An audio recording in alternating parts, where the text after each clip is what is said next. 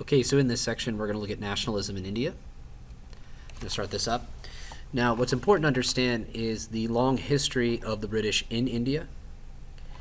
So, as we look at British domination of India, which starts back with the British East India Company, progresses through Robert Clive, as we covered in the imperialism unit, and then ends up with the Sepoy Rebellion and the full taking by the Crown of India. There's going to be quite a bit of movement towards consolidating power by the British in India. There you go. There's Queen Victoria down there on a typewriter, looking less than happy. It's very hard to find a picture of Queen Victoria where she looks happy. All right, so India does not really exist as a country or as even as an identity when the British have India. This is really important to understand. It's a collection of large principalities that kind of get pulled together into empires. India is more of a continent than it is an actual country. You have the Mughals, you have Hindustan, you have lots of different types of governments that take over large parts of India over time. However, India itself is kind of a collection of different things, different groupings of people. People who see India as a nation, or generally elites that are from different parts of the country who socialize with one another. So they have a much more broader understanding of a united India than probably anybody in India actually does.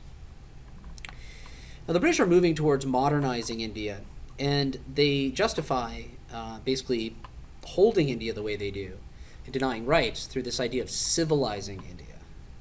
They'll use the term civilizing as a way of justifying basically economic plundering.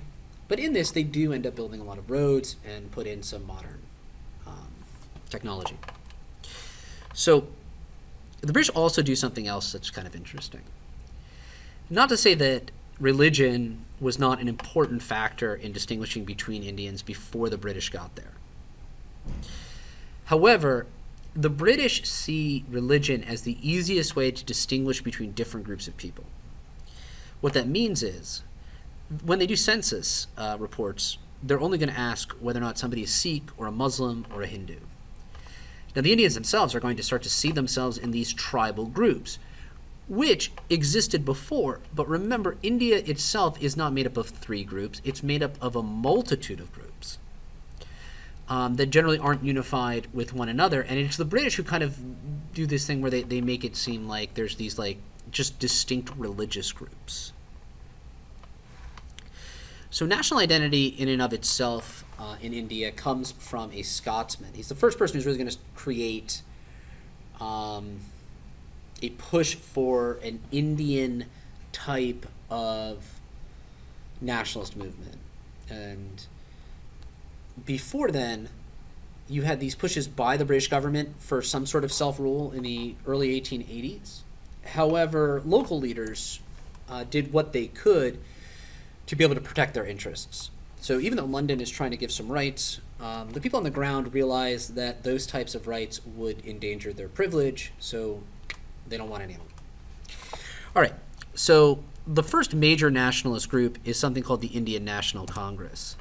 This is a picture of Congress members much later on. If you can see here, you see Nehru over here, and then you see Gandhi, an older Gandhi. Now, the Indian National Congress is created by a guy by the name of Alan Hume. He's a Scotsman. And it's basically made up of educated Hindus. Now, Muslims are allowed. However, the majority of Indians are Hindus, so the majority of the Indian National Congress is going to be Hindus. And the Muslim elites are very, very aware of their minority status. In fact, so much so that in 1906, elite Muslim Indians create the Muslim League as a way of ensuring that minority rights for Muslims are going to be protected, so that the British don't end up handing over popular sovereignty and possibly having the Hindus then oppress the Muslim minority. Now, when I say minority, I mean we're talking about tens of millions of people, hundreds of millions of people are Muslim in India. It's got the second largest, I think, one of the top three largest Muslim populations today, and that's without Pakistan. after Pakistan breaks off. So it is a sizable minority. It's not just a minority. Okay, so the first real self-government that is able to break through happens in 1892 and then is revamped in 1909, which creates the Indian Councils Act. And it's exactly what it sounds like. Elite Indians are able to form councils or put on councils that can advise the British who are running the country. Now, they're not able to really have a say in actually making policy, but they are able to advise on that policy.